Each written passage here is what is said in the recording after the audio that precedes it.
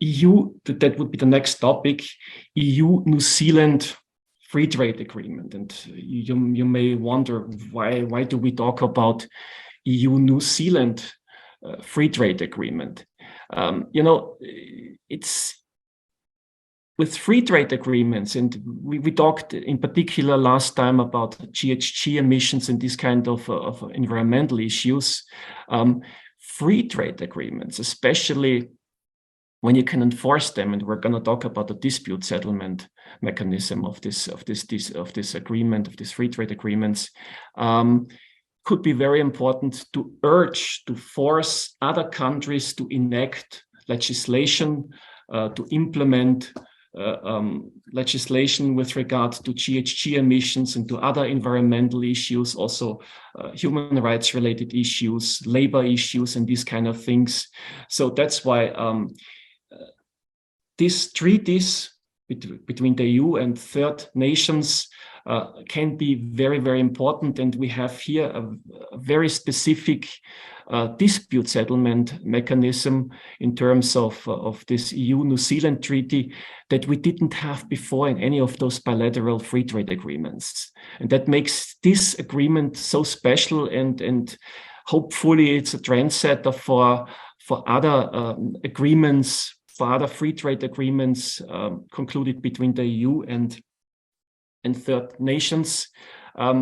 Of course, New Zealand is not the biggest nation, and of course, it's quite in line also as far as values and everything is concerned and targets with the EU. It remains to be seen if other agreements between the EU and other nations that probably not so much in line with certain for example, environmental topics and so on. We will have to see how much of a trendsetter this agreement can be. But yeah, let's jump into it. As you can see, the EU concluded the negotiations. So we are now in this stage. It's not signed yet. It's not in force yet. But we have concluded the negotiations last year in 30th of June 2022. So we're waiting now for the whole ratification process. But this is expected. It is expected that this FTA will be in force until at the latest until 2024. Very important. It started already back in 2010 with the agreement EU-Korea. Sustainability chapters. So sustainability, ESG, is very, very important for the EU. Yeah, you know that already from the last week's session. We have here many topics, and one of those topics is trade and climate change. And I'd like to focus on climate change, because very interesting here, Article 19.6 in this FTA trade agreement. It really relates, it expressly mentions the Paris Agreement, right? And also the nationally determined contributions. You know that nationally determined contributions in the Paris Agreement, they relate to the 1.5 degrees Celsius target, and they need to be updated every 5 years. So it really expressly relates to that. And it says, paragraph 3 says clearly, it's a party's commitment to effectively implement the Paris Agreement. And they need to refrain from any action or omission that materially defeats the object and the purpose of the Paris Agreement. And this is basically, so if there are material issues, then it could trigger the dispute settlement mechanism of this NZ, EU-New Zealand FTA. And that makes it so special, because we actually only one time before the dispute settlement mechanism in relation to ESG, to the TSD, Trade and Sustainable Development chapter, was triggered. It was the treaty between EU and Korea. But this doesn't have, it's a only non-binding recommendations, and Korea followed those non-binding recommendations from the panel. So first, you typically have consultations, then you have the establishment of a panel. Part of this agreement was that the panel only has non-binding recommendations. And the big difference between this EU-Korea FTA and the New Zealand FTA is those recommendations are now binding, and there's a sanction mechanism. As you can see, and I'm looking at the time, there is this is the takeaway actually from this topic. The possibility of sanctions as a last resort in case of serious violations of core labor principles, of core principles of the Paris Agreement. Yeah, so this is the key takeaway.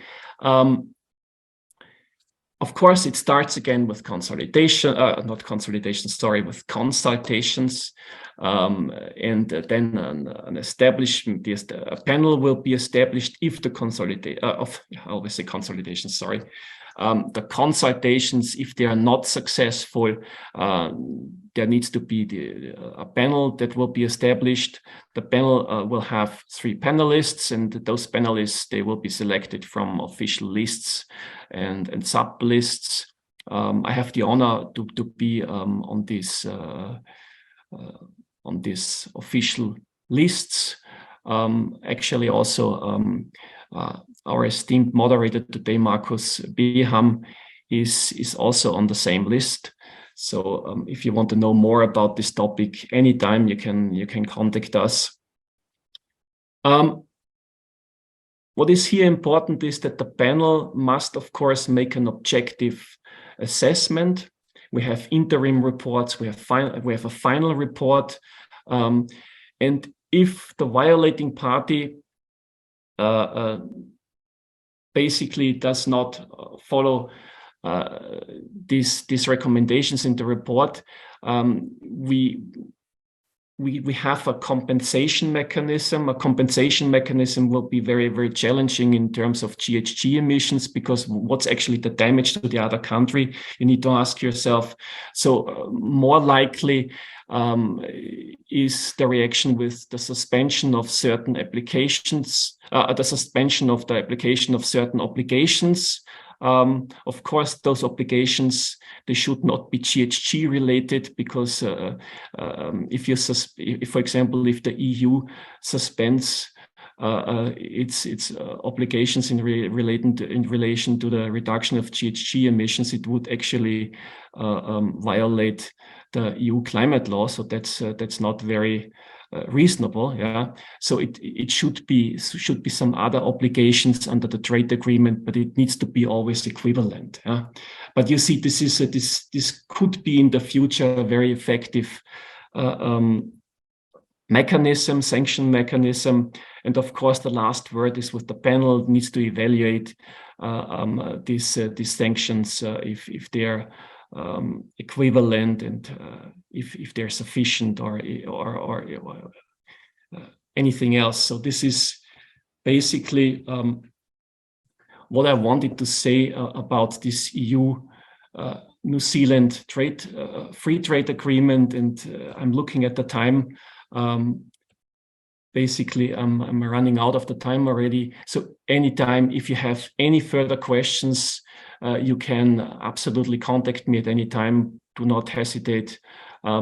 Also, our moderator, Markus Beham, is an expert in this topic. So I think you may also contact Markus.